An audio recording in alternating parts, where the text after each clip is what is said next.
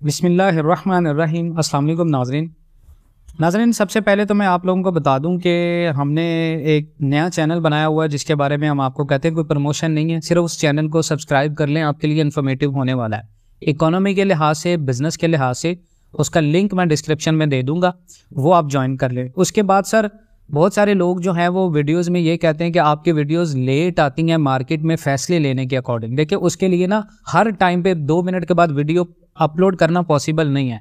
तो हमने ग्रुप्स बनाए हुए हैं, व्हाट्सएप फ्री ग्रुप भी है, पेड ग्रुप भी है, दोनों में कोई डिफरेंस नहीं है, सेम इन्फॉर्मेशन मिलती है। सिर्फ पेड ग्रुप का फायदा यह है कि उसमें आप पर्सनल हमसे बात कर सकते हैं, पर्सनल सजेशन ले सकते हैं। उसकी मंथली फीस 1500 है। वो 1500 पे आपने कोई भी इन्वेस्टमेंट करनी है, कोई भी मशवरा करना है, आप सजेशन ले सकते हैं, हर किस्म का प्लान मिल जाएगा आपको।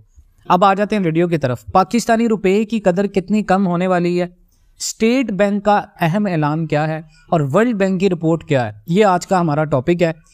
पाकिस्तान के अंदर स्टेट बैंक ने कल एक अहम रिपोर्ट जारी की, जिसमें स्टेट बैंक ने इस बात का इंकशाफ किया कि रवां माली साल महंगाई में कमी आएगी। और स्टेट बैंक का मजीद कहना था कि गुज़िश्ता माली साल में मुल्क की मईशत को बहुत सारे चैलेंजेस का सामना रहा, महंगाई बढ़ी और पाकिस्तान मालियाती अदम तवाज़न जो है वो, पाकिस्तान का जो ट्रेड डेफिसिट है वो बहुत ज़्यादा हुआ, लेकिन रवां साल महंगाई में कमी आएगी। स्टेट बैंक ने मुल्की मुआशी कारकर्दगी की सालाना रिपोर्ट 2023 और 22 जारी की, जिसमें स्टेट बैंक का कहना था कि रूस यूक्रेन जंग की वजह से माली साल 2022 की दूसरी 6 माह में मईशत को बहुत सारे चैलेंजेस का सामना रहा। ये पूरी दुनिया को सामना था, लेकिन पाकिस्तान को क्यों सामना हुआ इसका? दूसरी जानब सैलाब से उन्होंने इस चीज़ को तंबीह दी, मुआशी सरगर्मियाँ मुतासिर हुई, पाकिस्तान की बहुत ज़्यादा फसलें तबाह हुई, जिसकी वजह से हमारा एग्रीकल्चरल सेक्टर तबाह हुआ और मालियाती अदम तवाज़न वसी हुआ और औसत महंगाई कई दहाइयों की बुलंद तरीन सतह पर पहुँच गई। रिपोर्ट में मजीद स्टेट बैंक ने बताया, जी करंट अकाउंट खसारा खातर खा कम हुआ, लेकिन बैरूनी रकूम की आमद में कमी से स्टेट बैंक के ज़र मुबादला ज़खायर में कमी आई। अब यहाँ पर सवाल समझने की ये है कि स्टेट बैंक ने तो रिपोर्ट बना दी भी, बैरूनी रकम नहीं आ रही। बैरूनी रकम क्यों नहीं आ रही? क्या वो महंगाई की वजह से नहीं आ रही? क्या ओवरसीज पाकिस्तानी महंगाई की वजह से इन्वेस्टमेंट नहीं कर रहे? बिल्कुल ऐसा नहीं है सर। ओवरसीज इन्वेस्टमेंट, पाकिस्तान के अंदर इन्वेस्टमेंट इस वजह से नहीं कर रहे, आपके मुल्क के अंदर पॉलिटिकल इंस्टेबिलिटी चल रही है। आपके मुल्क की इकोनॉमी की डेड होने की सबसे बड़ी वजह यह है कि आपने ओवरसीज को जो रिलीफ देने थे वो रिलीफ नहीं दिए। ओवरसीज वो तबका है जो किसी भी मुल्क की मईशत की रीढ़ की हड्डी होता है। दुनिया के बड़े से बड़े मुल्कों के अंदर जो उनके रेमिटेंस होते हैं उनको बहुत ज़्यादा फैसिलिटेट किया जाता है एज़ कम्पेयर टू पाकिस्तान। हमारा सबसे बड़ा मसला ये है कि यहाँ रूल ऑफ लॉ नहीं है। रूल ऑफ लॉ होगा, डेफिनेटली आपके पास ओवरसीज इन्वेस्टमेंट आएगी। आपकी ओवरसीज इन्वेस्टमेंट 50% रियल एस्टेट में स्टक है। उसकी रीज़न ये है कि आपने इतनी बड़ी बड़ी सोसाइटीज़ बनाकर आवाम को फंसा दिया है, और ना आपके पास नैब का इदारा अच्छा है, ना आपके इदारों में कोई चीज़ अच्छी चल रही है। सिर्फ एक फ़ौज का इदारा है जो अच्छा काम कर रहा है और जो क्रैक डाउन करता है, और वक्ती तौर पर वो चीज़ नज़र आती है। लेकिन इसके अलावा आप रियल्टर्स को देखें पाकिस्तान के अंदर, तो उन्हें बड़ा पैसा लोगों का छाप कर वो लोग बाहर सोसाइटियां बना रहे हैं, बाहर बंगले खरीद रहे हैं। लेकिन पाकिस्तान के अंदर ओवरसीज पैसा क्यों नहीं लगा रहे? क्योंकि उन्हें ट्रस्ट नहीं है। तो रिपोर्ट में ये भी एक चीज़। उसके बाद रिपोर्ट के मुताबिक माली साल 2022 और 23 के आखिर में मईशत में बेहतरी के आसार नमूदार होना शुरू हुए। ये बेहतरी के आसार नहीं है, सिर्फ डॉलर की क्रैकडाउन से डॉलर का आउटफ्लो रुक जाना, इससे पाकिस्तानी रुपए की कदर बेहतर होना कदरे बेहतर नहीं है सर। हमने $25 बिलियन के इन्वेस्टमेंट का रिटर्न करना है। और एक और चीज़ याद रखें, हमारे मुल्क की एक अहम जो अभी राइट नाउ एक अहम हमारी जो सियासत की बड़ी शख्सियत पाकिस्तान में आई है, ये किसी डील के ऊपर आई जी। $25 बिलियन के इन्वेस्टमेंट हम लेके आएंगे पाकिस्तान। क्या ये पॉसिबल होगा? हमने चाइना के रोल ओवर कर्जे करने हैं, यूएई के रोल ओवर करने हैं, उसके साथ सऊदीया के रोल ओवर करने हैं, रेकोर्डिक मनसूबा हमारा स्टक पड़ा हुआ है। तो क्या $25 बिलियन इन्वेस्टमेंट पाकिस्तान के अंदर कुछ कर पाएगी, जहां पर आपकी करोड़ों डॉलर की इंपोर्ट्स हैं हर हफ्ते में?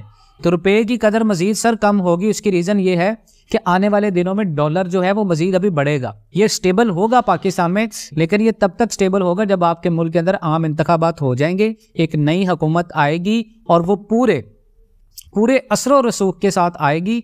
उसके पास पूरी सपोर्ट होगी, पूरी कबीना होगी, मुश्किल फैसले लेगी, फिर जाकर उसके बाद सैलाब के साथ इस चीज़ को रिपोर्ट में हुकूमत का ये कहना जी सैलाब आ गया और ये सारी चीज़ें होगी, तो दुनिया में आफत कहाँ पे नहीं आती सर? दुनिया में आफत सबसे ज़्यादा जापान में आती हैं, दुनिया में आफत सबसे ज़्यादा अमेरिका में आती हैं। तो क्या वो लोग इस चीज़ को कहते हैं जी हमारे मुल्क में तूफान आते हैं तो हम सुपर पावर नहीं बन सकते? ऐसा बिल्कुल नहीं है। इन चीज़ों को थोड़ा सा अंडरस्टैंड करें। स्टेट बैंक ने रवा माली साल में हकीकी जीडीपी की शरह नुमा 2 से 3% के दरमियान रहने की तवक्को जाहिर की है, जबकि पीडीएम की हुकूमत जब पाकिस्तान से गई है तो उन्होंने कहा था हम 6% करके जाएंगे, लेकिन आज वो 2 से 3% है। उसके बाद सर आलमी बैंक ने रिपोर्ट की है, ब्रोकरेज एसोसिएशन उसके साथ रेटिंग एजेंसी है, फिच एक रेटिंग एजेंसी है जो किसी भी मुल्क के बारे में अपनी रेटिंग्स करती है कि इस मुल्क की मईशत कहाँ पर जाएगी। उन्होंने हमारी मईशत का ये कहा जी पाकिस्तान के अंदर डॉलर 300 प्लस होगा जून 2024 तक। इसका मतलब ये है कि अगर इलेक्शन 2023 के दिसंबर या जनवरी 2024 में हो जाते हैं तो पाकिस्तान के अंदर ऑटोमेटिकली पहले 4 से 5 माह प्रेशर पड़ेगा हमारी इकोनॉमी के ऊपर। पेट्रोल हमने सस्ता कर दिया, लेकिन पेट्रोल के ऊपर भी अब आईएमएफ का रिव्यू आ रहा है, तो आईएमएफ का रिव्यू उसके ऊपर बहस करेगा कि आपने बगैर किसी रीज़न के इतनी बड़ी सब्सिडी क्यों दी। आलमी सतह के ऊपर अगर तेल सस्ता हुआ, हमने तेल सस्ता कर दिया, लेकिन सर हम चीज़ें सस्ती इस वजह से कर सकते हैं अगर हम अपने पाँव पर खड़े हैं। अगर हम कर्जा लेकर अपने पाँव पर खड़े होते हैं तो जिससे हमने कर्जा लिया होता है तो डेफिनेटली हम उससे दब कर रहते हैं। तो ये चीज़ आप जहन में रखें कि पाकिस्तानी रुपये की कदर में थोड़ी सी मज़ीद कमी होने वाली है, और ये मज़ीद कमी होगी तो इसमें आपको कुछ ऐसी इन्वेस्टमेंट्स हैं जो आप करेंगे तो नुकसान होगा आपको। आप इम्पोर्ट्स बेस कोई भी अगर बिजनेस कर रहे हैं तो राइट नाउ अगर आपको चीज़ें सस्ती मिल रही हैं तो फ़ौरन ले लें। 4 से 5 माह का गैप अगर आपने कवर करना है बिजनेस का, क्योंकि अगर आप 4 से 5 माह के बाद इंपोर्ट्स करते हैं चीज़ें तो वो महंगी पड़ेंगी, लेकिन अगर आप अभी इंपोर्ट्स करते हैं तो अभी आपको वो सस्ती मिल जाएंगी। रुपए की कदर क्योंकि अभी मजीद कम होगी, मैनिपुलेशन से डॉलर तो हम ले आए 270 तक, आर्मी ने एक अच्छा क्रैकडाउन किया, उसके अच्छे नतीजे आए, पाकिस्तान के अंदर डॉलर कंट्रोल हुआ, लेकिन वो जो नेटवर्क था जिन चैनल्स के थ्रू पाकिस्तान से स्मगलिंग होती थी, अफगान मुहाजिरीन थे जिनको आर्मी ने 2 टोका के मुल्क को छोड़कर जाएं, उन लोगों के जाने के बाद ये चीज़ें फिर सरगर्म होगी। उसके बाद क्या होगा, हर चीज़ में आर्मी काम नहीं आ सकती, हर चीज़ के अंदर आर्मी काम नहीं कर सकती। पाकिस्तान के अंदर बहुत सारी ऐसी चीज़ें हैं जिनको माफियाज कंट्रोल करते हैं।